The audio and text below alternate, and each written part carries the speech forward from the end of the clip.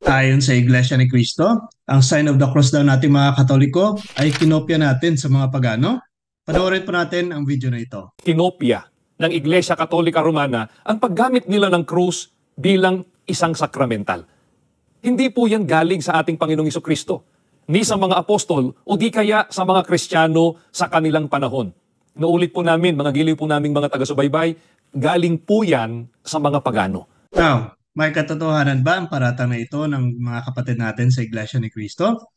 Laganap na talaga ang panunuligsa ng mga ibang sekta sa ating pananampalataya. Argumento dito, argumento doon. Ito na po ngayon ang trending pagdating sa pananampalataya, ang gibain ang Iglesia Katolika. Marahil kayo rin po mga ka-curious ay nakarinig na rin ng samot-saring paninira ng ibang sekta sa ating pananampalataya. Posibleng hindi na bago sa inyo ang tuligsa patungkol sa sign of the cross nating mga Katoliko. Nakaraan po ay sinagot natin ng isang komedyante na sinisiraan ang ating sign of the cross. Nang sabihin nitong gang sign daw ang sign of the cross. Kasi kayo mga Katoliko, mataas ang tingin ko sa inyo. Kasi meron kayong sign of the cross. Yes.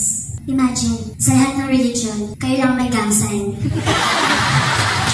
Now, dito naman sa video na ito, na ayon po sa Iglesia ni Cristo, nasa pagano daw natin nakuha ang ating sign of the cross. Totoo nga bang sa pagano nanggaling ang sign of the cross? Well, para sa ating mga Katoliko ay isang napakalaking no. Bakit po? Dahil paano pa tayo maniniwala na tama ang isang argumento kung ang argumento ay naaayon lamang sa kanyang gustong paniwalaan? Ayon po sa legit na source na ito, ang Britannica Encyclopedia, that the sign of the cross is a gesture of ancient Christian origin by which people bless themselves, others, or objects. Sa isang website nito, sinasabi na ang sign of the cross ay practice na pala ng mga early Christians. Now, paano kaya nasabi ng mga Iglesia ni Cristo na ito ay galing sa pagano? Ito pa isang walang kabuluhan na tanong. Bakit naman maniniwala ang mga pagano sa krus ni Cristo? Dahil ang mga pagano po ay yung mga taong hindi naniniwala kay Cristo. Dagdag pa po ng mga tagapagturo ng Iglesia ni Cristo. Alam din po ba ninyo na hindi ito kailangan sa kaligtasan? Totoo nga bang hindi na natin kailangan pa ang krus para sa ating kaligtasan? Tingnan natin ang sinasabi ng Biblia.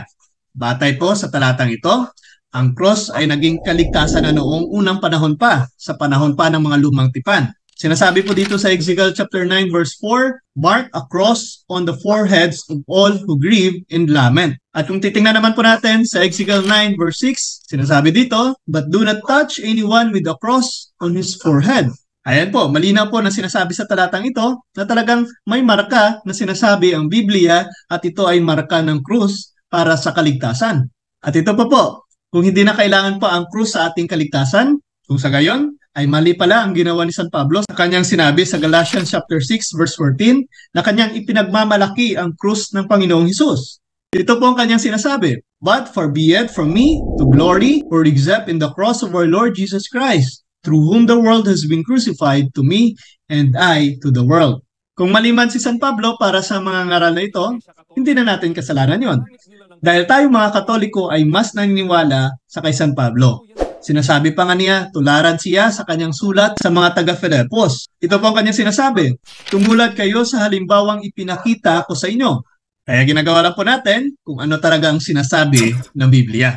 Now, tingnan po natin ang isa pa sa kanyang mga ipinapakita. Ang katunayan po, mga kaibigan, inaamin po ng Iglesia Katolika Romana sa kanilang aklat na pinamagatang My Catholic Faith na binasa po namin kanina sa unahan na ang kanilang mga sakramental na isa nga po rito ang krus ay hindi po tatag ng Panginoong Jesucristo at hindi po kailangan sa ikapagtatamo ng kaligtasan. Well, ito po ang accuse ng kapatid nating Iglesia ni Cristo sa ating mga Katoliko sa kanyang pagkaunawa sa binasa.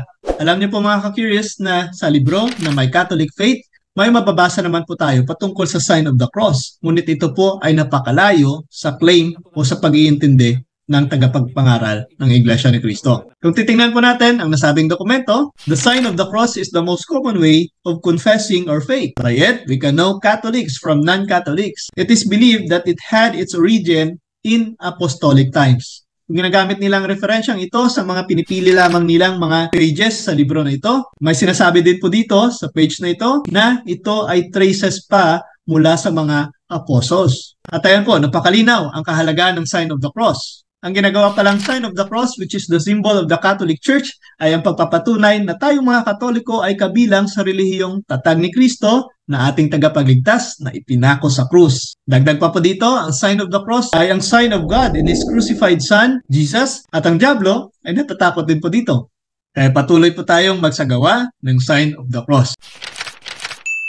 So ayan po mga curious, sana'y nabigyan po natin ng linaw sa inyo ang mga sinasabi ng mga kapatid nating anti-katoliko sa kanilang pagkaunawa sa turo ng simbahan. Isa lang po ang totoo, takot talaga ang demonyo sa krus ng ating Panginoong Hesus. Kaya pilit itong ginigiba sa kahit anong paraan gamit ang mga kapatid nating kumukontra po dito. Subalit, ito rin po ang katotohanan. Hindi magtatagumpay ang demonyo sa kanyang paninira kahit gumamit man siya ng napakaraming paraan. Mananaig pa rin ang katotohanan. Malinaw ang sinasabi ni San Pablo. Kahit sa panahon pa niya noon, marami na ang kontra sa krus ni Kristo. Ngunit tayong mga totoong Kristiyano ay magpapatuloy na sumunod sa halimbawa ni San Pablo na kanyang sinabi sa kanyang sulat sa mga taga-Filipos, ang sumunod sa kanyang halimbawa. Patuloy po natin paigtingin ang ating pag-aaral sa ating pananampalataya upang hindi po tayo madaya. Dahil ang tunay na may alam ay may pakialam. Muli po, this is Mr. Curious Catholic, ang inyong lingkod at kapanalig na magbibigay sa inyo ng mga kasagutan sa mga katanungan na matagal na bukamibig sa ating pananampalatayang Katoliko na hatid lang naman ay pag-ibig.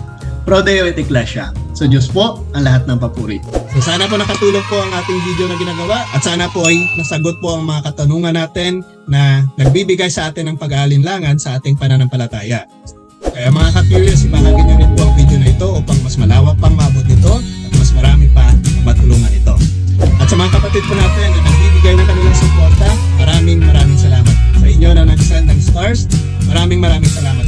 Gagamit po natin ito sa pagpapalago ng ating munting page at of course sa mga pinaplano pa po natin mga corporal works of mercy na pwede po nating mapagbahagian ito. At sa mga kapatid po natin na hindi pa po nakapag-follow o nakapag-subscribe sa ating munting channel, Mr. Curious Catholic, sana po i-click na po yung follow button o ang subscribe button upang maging updated po kayo sa mga bagong uploads po natin. So please i-support din po natin yung mga kasamahan natin na patuloy rin po sa pagtatanggol ng ating simbahan, sa pagtulong din po sa ating simbahan sa pagpapalaganap ng katotohanan at patuloy pa rin na nag-aaral at nagbibigay ng mga kasagutan sa mga kapatid natin na may mga katanungan. Hello friends, I am Sister Eleanor Garlito of the Dominican Sisters of Molo. I strongly suggest to follow Mr. Curious Catholic. It is a very good program which can lead us closer to Jesus in the Eucharist. And at the same time, I also encourage you to visit the Museum of Mother Rosario here in Molo.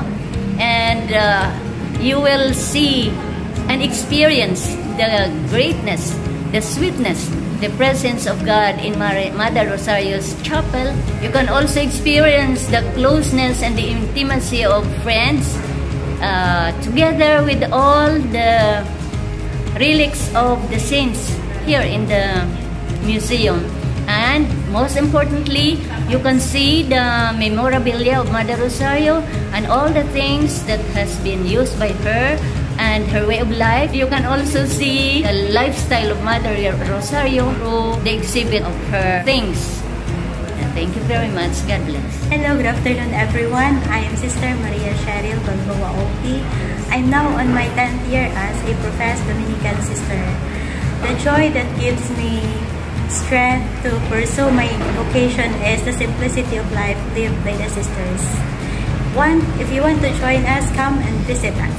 Good day everyone. Please support the page of Mr. Curious dahil marami kayong matutunan. God bless. Hello, Father Lester Villa, Parish First San Concepcion Iloilo, promoting Mr. Curious. See you. Hello, blessed Sunday sa inyo lahat. So, ito po si Brother Joseph Cavalle. Ini-invite po kayo na manood, mag-subscribe at mag-follow dito sa vlog na to para mag-grow yung faith natin. Matuto tayo kung ano pa yung dapat nating matutunan para lumalim yung faith natin bilang isang Katoliko. So, yun lang po. Bye-bye.